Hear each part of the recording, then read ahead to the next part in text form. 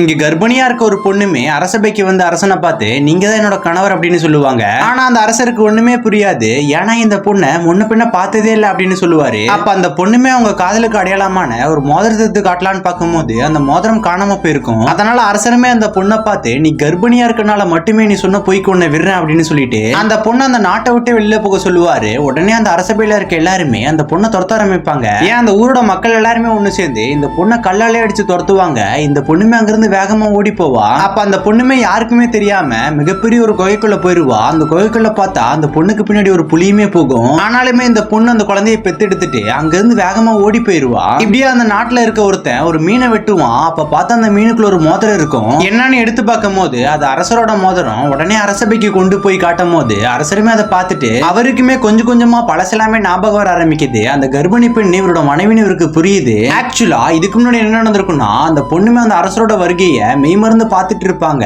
அப்ப திடீர்னு மிகப்பெரிய ஒரு முனிவருமே வந்து அந்த பொண்ணை கூப்பிடுவாரு. ஆனா அந்த பொண்ணுக்கு எதுவுமே கேட்காது. அதனால உடனே அந்த பொண்ணுக்கு ஒரு சாபத்தை விட்டுருவாரு. அது என்ன சாபம்னா இந்த பொண்ணு யார மெய்மறந்து பார்த்துட்டு இருக்காளோ அவருக்கு இந்த பொண்ணை பத்தின ஞாபகம் எல்லாமே மறந்து போயிருக்குன்னு ஒரு சாபத்தை விட்டுருவாரு. ஆனா அவர் திரும்ப சேரணும்னா அவர் காதலாளியாலத்தை எப்ப பாக்குறாரோ அப்பதான் அவங்க ரெண்டு பேருமே ஒண்ணு சேருவாங்க அப்படின்னு சொல்லுவாரு. அதனாலதான் அன்னைக்கு அந்த அரசருக்குமே அந்த பொண்ணு யாருன்னே தெரிஞ்சிருக்காது. ஆனா அந்த மோதத்தை பார்த்தோன்னே அவருக்கு எல்லாமே புரியுது. உடனே தான் மொத்த படையை அனுப்பி தன்னோட மகாராணியை கூட்டிட்டு வாங்க அப்படின்னு சொல்லுவாரு. ஆனா அவங்க எவ்வளவுதான் தேடியும் அவங்க கிடைச்சிருக்கவே மாட்டாங்க. இப்படியே ஒரு நாள் அந்த அரசருமே காட்டுக்குள்ள போயிட்டு இருக்கும் போது திடீர்னு ஒரு குட்டி பையனை ஒரு சிங்கம் துரத்தும். உடனே இவருமே அம்பெடுத்து விடுவாரு. ஆனா அந்த குட்டி பையன் அந்த சிங்கம் எதுவுமே பண்ணாது. ஏன்னா அந்த குட்டி பையனும் அந்த சிங்கமும் மிகப்பெரிய ஒரு நண்பர்கள். இப்படியே அவர் அந்த குட்டி பையன் பேசிட்டு இருக்கும் போது திடீர்னு பார்த்தா காணாம போன அந்த மனைவியுமே அங்க வருவாங்க. இவருமே அவங்கள பார்த்துட்டு நடந்த எல்லாத்துக்குமே மன்னிப்பு கேட்பாரு. ஆனா அந்த லேடி அதை ஏத்துக்காம உடனே அவங்க இடத்துக்கு போயிருவாங்க.